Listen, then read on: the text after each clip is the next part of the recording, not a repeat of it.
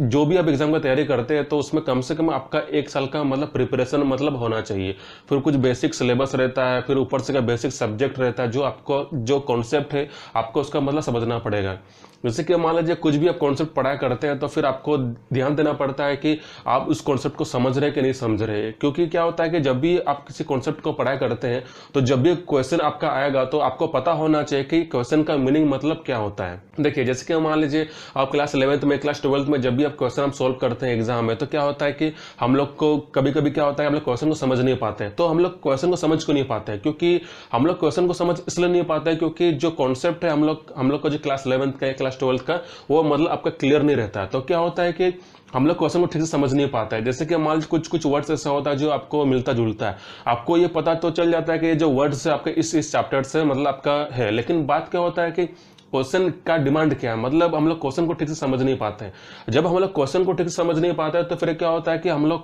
जवाब हम लोग लिख नहीं पाते हैं। कभी कभी क्या होता है कि आप लोग को ये भी पता है कि ये फॉर्मूलाज है और ये क्वेश्चन का डिमांड ये है, लेकिन क्या होता है कि आपका कॉन्सेप्ट क्लियर ना होने के कारण क्या होता है कि आप जवाब ठीक से आप लिख नहीं पाते हैं। तो देखिए अगर मान लीजिए नीट का एग्जाम का आप तैयारी कर रहे हैं जो कि आपका 7 मई में एग्जाम होने वाला है, तो इसमें कुछ कुछ टिप्स है या फिर कुछ आपका सजेशन है जो आपको उसको ध्यान में मतलब देना पड़ता है। देखिए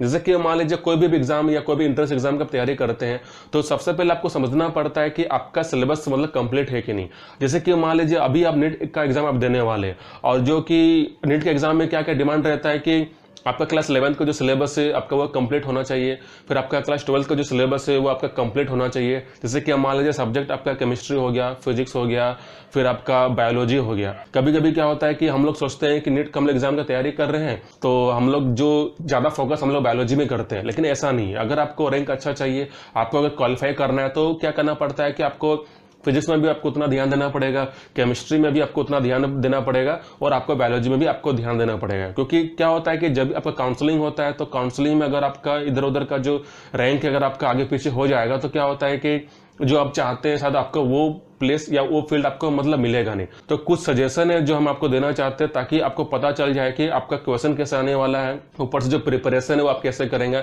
ऊपर से अभी जो टाइमिंग है आपका रिवीजन का ही टाइम होता है, लेकिन क्या होता है कि फिर भी अगर मान लीजिए अभी भी आपको कुछ लगता है कि हमको तैयारी करना है कि नहीं करना है, या कभी कभी माइंड में ये भी चलता है कि कुछ नया सब्जेक्ट पढ़ाई कर ले या कुछ नया चैप्टर हम पढ़ाई कर ले, या फिर ऐसा भी होता है कि कुछ सब्जेक्ट आपका छूट गया है या कुछ चैप्टर आपका छूट गया तो आपको लगता है कि इसी हफ्ता में हम इसको रिकवर कर लें। लेकिन मेनली क्या होता है कि अगर जैसे कि मान लीजिए अभी आपके पास ज्यादा से ज्यादा आपके पास 1 हफ्ता है, अब 1 हफ्ता के में आपको क्या करना है? देखिए 1 हफ्ता में क्या करना है कि आपको रिवीजन करना है। और रिवीजन इसलिए आपका इंपॉर्टेंट रहता है क्योंकि 1 हफ्ता में क्या होता है कि आपका छोटा मोटा चैप्टर या छोटा मोटा आपका सिलेबस नहीं होता है, क्योंकि आपका क्लास 11th का भी सिलेबस रहता है, क्लास 12th का भी सिलेबस आपका रहता है। जैसे कि फिजिक्स हो गया, केमिस्ट्री हो गया, बायोलॉजी हो गया, और आपका फिजिक्स में ही आपका 11 से 12 चैप्टर हर क्लास में रहता है, क्लास 11th का भी, क्लास 12th का भी, और केमिस्ट्री का भी कम से कम 11 से 12 चैप्टर आपका रहता है, और बायोलॉजी का भी उतना ही आपका चैप्टर मतलब रहता है। तो अभी आपका जो 1 हफ्ता का जो पीरियड है उसको आपको बहुत अच्छा से आपको मतलब एनालिसिस करना होगा।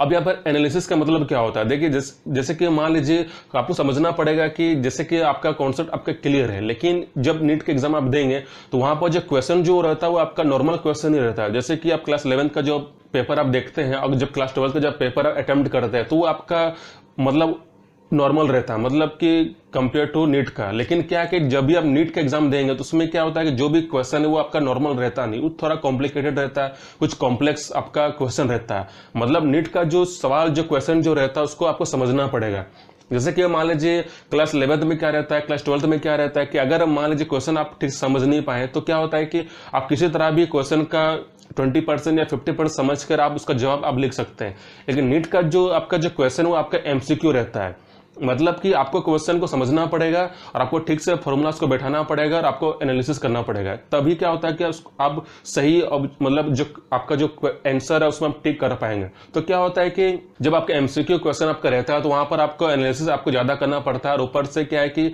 सब्जेक्टिव पेपर में क्या आता है कि आप खुद से भी कुछ ना कुछ आप बना के लिख सकते हैं। जैसे कि मान लीजिए अगर आपको कुछ बेसिक अगर आपको कॉन्सेप्ट पता है रिलेटेड टू मतलब उसका क्वेश्चन का, तो क्या होता है कि आप उसका बेसिक कुछ आप जवाब लिख सकते हैं। लेकिन नीट में क्या होता है कि आपको वहाँ सब्जेक्टिव आपसे पूछा नहीं जाता, मतलब कि वो आपका ऑब्जेक्टिव रहता है। तो ऑब्जेक्टिव में आपका जो आपका जवाब सही रहेगा उसी में आपको मतलब टिक करना है। अगर हम मान लीजिए, अगर आप जैसे कि मान लीजिए कुछ तुक्का या फिर कुछ भी कई बार टिक करता है, तो उससे क्या होता है कि आपको सही जगह पे आपको मार्क्स मिलेगा नहीं। तो ऑब्जेक्टिव में क्या रहता है कि आपका जो क्वेश्चन है वो अच्छा समझना पड़ेगा। जब आप क्वेश्चन को समझेंगे उसके बाद ही क्या होता है कि आप उसको अच्छा से सोल्व कर पाएंगे, और ऊपर से जैसे केमिस्ट्री हो गया, फिजिक्स का जो फॉर्मूलाज उसको अच्छा से आप बैठा भी पाएंगे। क्योंकि जब भी आप अच्छा से फॉर्मूलाज को बैठाएंगे उसके बाद ही क्या होता है कि आप जो जवाब है उसको आप ठीक से आप उसको मतलब अब ला पाएंगे। नहीं तो क्या होता है कि जैसे कि मान लीजिए आप कोई फिजिक्स का आप कुछ क्वेश्चन आप सोल्व कर रहे हैं, या आप केमिस्ट्री का कुछ आप इक्वेशन सोल्व कर रहे हैं, तो क्या होता है कि आपका एमसीक्यू में जवाब तो चारों ऑप्शन दिया रहता है, लेकिन कौन सा जवाब आपका सही है वो